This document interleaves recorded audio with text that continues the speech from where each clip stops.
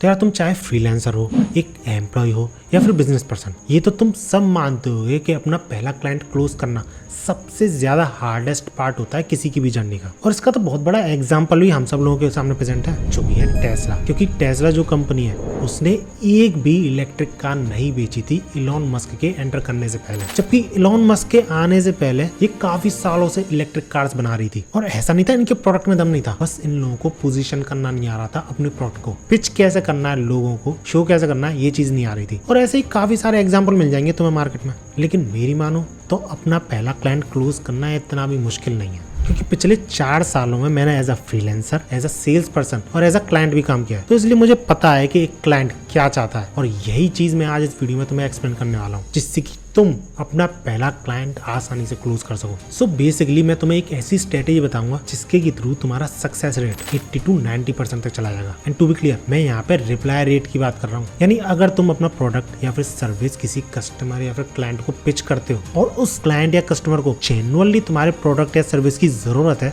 तो 80 to 90% chances है कि वो तुम्हें रिप्लाई देगा। एंड रिप्लाई देने के बाद कैसे उस क्लाइंट को क्लोज करना है वो तो तुम पे डिपेंड करता है। लेकिन स्टिल मैं इस वीडियो में वो चीज़ भी कवर करूंगा कि किस तरीके से हैंडल करा जाता है क्लाइंट को। सो इस स्ट्रेटेजी में बेसिकली 5 स्टेप्स आते हैं, जिनमें से तीसरा स्टेप काफी ज्यादा इंपॉर्टेंट है और तुम्हें पूरे यूट्यूब पे कोई भी ये स्टेप नहीं बताएगा। I am 100% sure. और वैसे तो इन स्टेप्स को कोई भी इंप्लीमेंट कर सकता है, लेकिन क्योंकि मैंने आज तक सिर्फ वीडियो एडिटर्स, ग्राफिक डिजाइनर्स और एनिमेटर्स को ही हायर करा है, तो उन्हीं के बेसिस पे मैं ये स्टेप्स सारे एक्सप्लेन करूंगा। तुम अपने अकॉर्डिंग इन सबको चेंज कर सकते हो। Now first step is always focus on what client wants rather than what you have. अब ये चीज काफी ज्यादा ऑब्वियस लगती है सुनने में कि और क्या यार, क्लाइंट जो चाहता है उसको वही चीज तो देंगे, लेकिन है नहीं। क्योंकि अगर मैं अपना एग्जांपल लूँ तो जब मैं इस चैनल के लिए एडिटर ढूंढ रहा था तो मेरे को एक ऐसा एडिटर मिला था जो कि डॉक्यूमेंट्री वीडियोस बनाया करता था। अच्छी खासी एडिटिंग कर रहा था वो, लेकिन मुझे इस चैनल के लिए एडिटर चाहिए था जो कि फाइनेंस और पर्सनल ब्रांड स्पेशलिस्ट होना चाहिए। और यही चीज मैंने उससे बोली भी थी, लेकिन वो रिप्लाई करता है कि नहीं, डॉक्यूमेंट्री फॉर्म में तुम्हारी फाइनेंस और पर्सनल ब्रांड वाली वीडियो अच्छी खासी बन जाएंगी। अब इस चीज पे मुझे विश्वास तो नहीं था, लेकिन स्टिल मैंने कहा था ठीक है बनाओ। और इसके बाद पता है वो एडिटर क्या कहता है, अपना प्राइस चार्ट शो कर देता है कि ऐसे ऐसे प्राइसेस रहेंगे।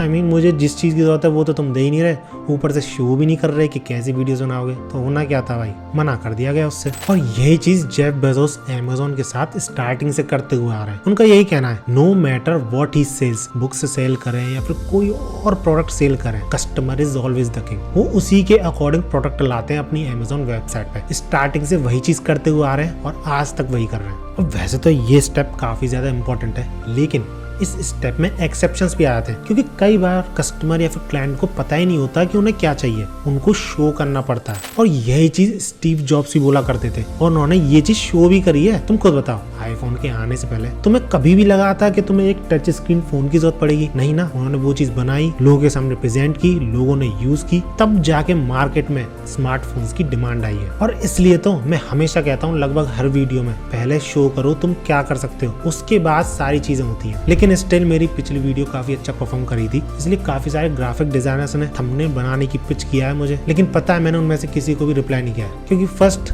मुझे इतनी ज्यादा नीड नहीं है अभी। लेकिन सेकंड सबसे बड़ी चीज ये है कि किसी ने भी शो नहीं किया है बना के या फिर कोई भी अपना थंबनेल शो करके कि वो कितना अच्छा काम करते हैं। सिर्फ एक ने किया था और उसको रिप्लाई किया मैंने। और तुम क्या काम करते हो, कितनी अच्छी सर्विस या प्रोडक्ट डिलीवर करते हो, यही सेकंड स्टेप। यानी फर्स्ट शेयर योर डेमो और minimum viable product AKA MVP। And यही सबसे ज्यादा इंपॉर्टेंट चीज है जो कि क्लाइंट चाहता है, लेकिन सबसे लास्ट के लिए बचा के रखते हैं ज्यादातर लोग इस चीज को। यानी लास्ट में अपना वर्क शो करते हैं कि वो कैसे काम कर रहे हैं। बट अकॉर्डिंग टू मी, तुम किसी भी क्लाइंट को अप्रोच करते हो, 1-2 लाइन में अपना इंट्रो दो, अपना काम शो कर दो। लेकिन हाँ, अपने डेमो को बनाते समय 2-3 चीजों का ध्यान रखना है। फर्स्ट, जितना अच्छा हो सके, तुम्हारी कैपेसिटी में जितना अच्छा हो सके उस चीज को तुम्हें बनाना है। सेकंड, अगर हो सके तो उस क्लाइंट के अराउंड ही तुम्हारा डेमो होना चाहिए, क्योंकि ये एक प्लस पॉइंट की तरह काम करता है तुम्हारे डेमो में और काफी ज्यादा इंप्रेस कर देता है तुम्हारे क्लाइंट को। नहीं भी होगा तो काफी बार चल जाता है, लेकिन अगर होगा तो चांसेस काफी ज्यादा बढ़ जाते हैं क्लाइंट क्लोज होने के। और ये सिर्फ फ्रीलांसिंग या फिर किसी और तरीके की सर्विसेज में नहीं है। कोई भी बंदा अगर अपना बिजनेस शुरू करता है तो हमेशा MVP बनाता है अपने काफी सारे पैसे बचाने के लिए, सो दैट वो जान सके कि बाकी लोगों का क्या रिएक्शन आएगा। उसके काम को देख के, उसके प्रोडक्ट को देख के, उसके अकॉर्डिंग वो आगे बढ़ता है। तो यही चीज तुम्हें भी करनी है। फॉर एग्जाम्पल, वीडियो एडिटिंग के लिए वाटरमार्क लगा के 1-2 मिनट की कुछ बना के भेज दो अपने क्लाइंट को, कैसी वीडियो बना रहे हो तुम। And I am pretty sure अगर तुम्हारे क्लाइंट को सच में जरूरत है तुम्हारे प्रोडक्ट या सर्विस की, इसी चीज के बाद उसका रिप्लाई आ जाएगा। लेकिन रिप्लाई आने के बाद ऐसा नहीं है कि अपना काम शो करने का, थोड़ी बहुत बातें करने के बाद सीधे अपनी प्राइसिंग रख दो उसके आगे। नहीं, अगर क्लाइंट को उसमें कुछ चेंजेस कराने हैं, कुछ इम्प्रूवमेंट कराने हैं, कुछ और चीज चाहिए क्लाइंट को, तो वो तुम्हें सुनना है और हो सके तो वो चेंजेस करके अपने क्लाइंट को शो करना है। और उस चीज के पैसे मत चार्ज करो, क्योंकि काफी बार मैंने भी ऐसी चीज फेस की है कि मैं अगर कोई चेंजेस करने को कह रहा हूँ तो सामने वाला बंदा पैसे मांगने लग जाता है। एंड नो डाउट तुम ऐसा कर सकते हो, लेकिन उस लायक भी तो बनना पड़ेगा, इतने अच्छे भी तो होने चाहिए तुम अपनी स्किल में कि कोई और तुम्हारा काम नहीं कर पा रहा, तब जाके ऐसी चीजें तुम कर सकते हो। जो अपनी स्किल में अच्छे हैं वो ऐसा नहीं करते हैं, ये चीज मैंने गौर की है काफी बार। इनफैक्ट एक बार तो मेरे साथ ऐसा हुआ था, जब मैं ऐसी चैनल के एडिटर ढूंढ रहा था तो उन्हीं एडिटर्स में से एक एडिटर मुझे मिलता है। सब चीज सही चल रही थी, ठीक ठाक एडिटिंग ही कर रहा था, वो इतनी ज्यादा खास अच्छी भी नहीं थी। बट दिक्कत वहां पे आती है जब वो ये बोलता है मुझसे कि हर बार चेंजेस के एक्स्ट्रा चार्जेस होंगे। ऑब्वियसली 2-3 चेंजेस फ्री थे, लेकिन उसके ऊपर अगर चेंजेस जाएंगे तो एक्स्ट्रा चार्जेस लगेंगे। अब ये चीज अगर मैं एनिमेशन में करवाता हूँ तो वो चीज मुझे समझ में आती है, उसके लिए इनफैक्ट मैंने पे भी किया है पहले, लेकिन एडिटिंग में ये चीज होना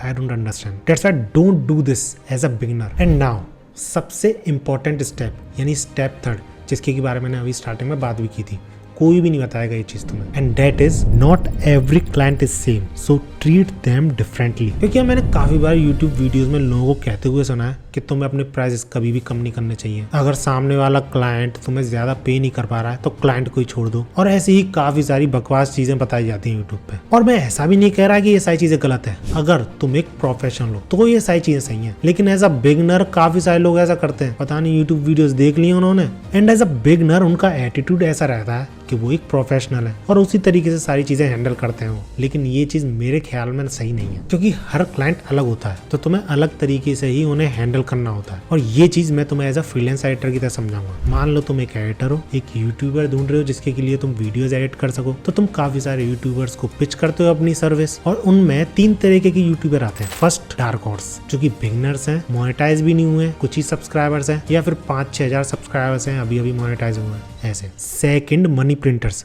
जिनके की 50,000 या फिर 70,000 के आसपास सब्सक्राइबर्स हैं। एंड थर्ड, बिग फिशेस, जो कि 1 मिलियन के आसपास बैठे हैं। तो इन तीनों तरीके के यूट्यूबर्स में पहला डार्क हॉर्स इसलिए है क्योंकि अगर तुम उसके लिए एड करते हो तो जैसे जैसे वो ग्रो करेगा तुम भी अपने पैसे बढ़ा सकते हो, और वो बंदा हिचकेगा नहीं तुम्हारे पैसे बढ़ाने में, क्योंकि तुम्हारे एडिटिंग के हेल्प से ही उसका चैनल ग्रो हुआ है। And after that second, money printer इसलिए क्योंकि जो 50-70,000 के आसपास सब्सक्राइबर्स वाले यूट्यूबर्स होते हैं वो अच्छा खासा पैसा देने को तैयार होते हैं एडिटिंग के लिए, सो दैट वो और तेजी से ग्रो कर सके। एंड क्योंकि उनके पास पैसा भी अच्छा खासा आ रहा होता है स्पॉन्सरशिप और एडसेंस के थ्रू, तो उसमें भी कोई दिक्कत नहीं आती है। एंड इसके बाद थर्ड, बिग फिशेस, इसलिए क्योंकि ये पैसा तो अच्छा खासा देते ही हैं, लेकिन उसके साथ साथ उनका नेम भी काफी ज्यादा इंपॉर्टेंट होता है। क्योंकि अगर तुम किसी और क्लाइंट को पिच करोगे तो तुम ये बोल सकते हो ना कि मैं उस फलाना यूट्यूबर के लिए काम कर रहा हूँ, तो काफी बड़ा इम्पैक्ट पड़ता है उसकी वजह से। लेकिन ऐसा भी नहीं है तुम as a beginner big fishes को पिच करने लग जाओ, क्योंकि क्या फायदा, तुम्हारी एडिटिंग देख के वो तुम्हें भाव ही नहीं देंगे। That's why you have to judge yourself. Understand that कि तुम्हारी एडिटिंग किस तरीके के यूट्यूबर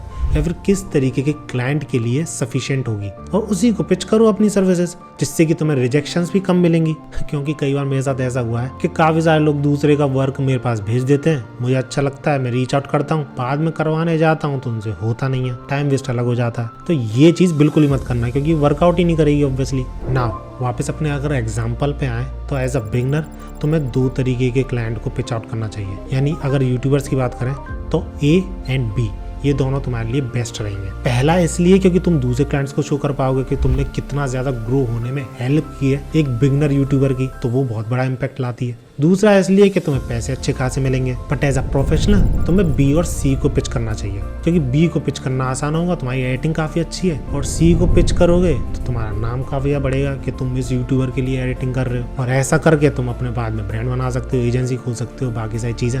एंड अगर रियलिटी में तुम अपना ब्रांड खोलना ही है या फिर बोलो एजेंसी खोलनी है, तो तुम 3 तरीके से अपने आप को एडवर्टाइज कर सकते हो। अगर तुम A के लिए काम कर रहे हो, छोटा यूट्यूबर है तुम्हारे पास एज अ क्लाइंट, तो तुम उसकी ग्रोथ शो कर सकते हो अपनी मार्केटिंग के लिए। सेकंड तरीके क्लाइंट जो होते हैं यानी इंटरमीडिएट यूट्यूबर, उनको पैसे के लिए तुम पिच आउट कर सकते हो, काफी अच्छे खासे पैसे देंगे ना वो। एंड थर्ड मैंने बताया तुम्हें बिग फिशेस हैं, बिग नेम होगा उनका, तो उनकी वजह से तुम्हारी मार्केटिंग अच्छी खासी हो जाएगी, क्योंकि तुम्हें उनसे सिर्फ एक बार बोलना है अपनी वीडियो के एंड में मुझे क्रेडिट दे देना, और उसी से तुम्हारे कितने सारे क्लाइंट्स आ सकते हैं तुम्हें बताने की मुझे जरूरत नहीं है। एंड नाउ चौथे स्टेप से पहले एक इंपॉर्टेंट नोट है, अगर तुम्हें पहली बार में रिप्लाई नहीं आना है तो किसी भी क्लाइंट को तुम्हें 3 बार पिच करना होता है। यानी पहली बार तो तुमने अपना काम शो कर दिया, इंट्रो दे दिया अपना थोड़ा बहुत, सेकंड टाइम तुम्हें रिमाइंडर देना होता है, एंड थर्ड टाइम तुम्हें अपना फायदा बताना होता है कि क्लाइंट को तुम्हारे साथ काम करने में क्या फायदा होगा। And that's it. अगर इन 3 मैसेजेस के बाद तुम पे रिप्लाई नहीं आ रहा है तो छोड़ दो, हो सकता है उस क्लाइंट को तुम्हारे सर्विस की जरूरत ही ना हो। एंड आफ्टर दैट आता है स्टेप 4 जो कि है